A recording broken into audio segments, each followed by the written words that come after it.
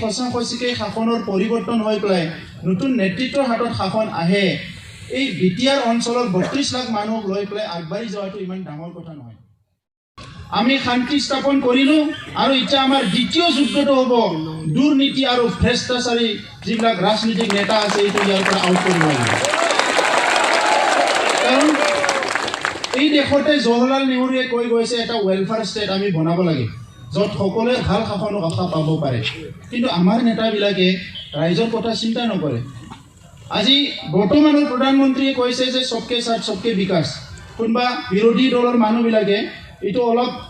কি কৰে ক্ৰিটিসাইজ কৰিব হাস্যকৰ কৰিব পাৰে কিন্তু কথাবিলাক বিৰাট ইম্পৰ্টেণ্ট এই সময়ত জৱাহৰলাল নেহৰুৱে কৈ গৈছে ৱেলফেয়াৰ ষ্টেট আজিৰ প্ৰধানমন্ত্ৰীয়ে কৈছে সবকে সাথ সবকে বিকাশ তাৰ মানে দেশখনত যে এই সংগ্ৰাম আন্দোলনবিলাক হৈ আছে